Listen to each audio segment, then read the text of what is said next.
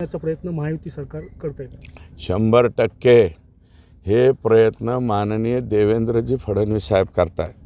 आणि काय आहे की विलासरावांच्या नंतर, गोपीनाथरावांच्या नंतर आणि मधल्या कालावधीत अशोकराव चव्हाण साहेबांनी सुद्धा प्रयत्न केले. शंकरराव चव्हाण साहेबांनी आमचं इरिगेशन चांगलं केलं.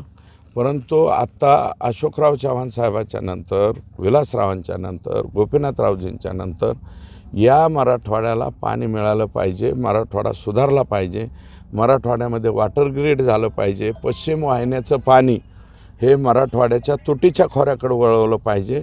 कृष्णा खोऱ्याचं 23.66 TMC पाणी मराठवाड्याच्या आमच्या वाट्याचं हक्काचं दिलं पाहिजे. ही सगळी अतिशय उत्तम भावना जर या राज्यामध्ये कोणाची असेल तर ती आदरणीय देवेंद्र फडणवीस साहेबांची आहे. म्हणून आशा ह्या फक्त देवेंद्र फडणवीस साहेबांकडनं आहे. थँक्यू.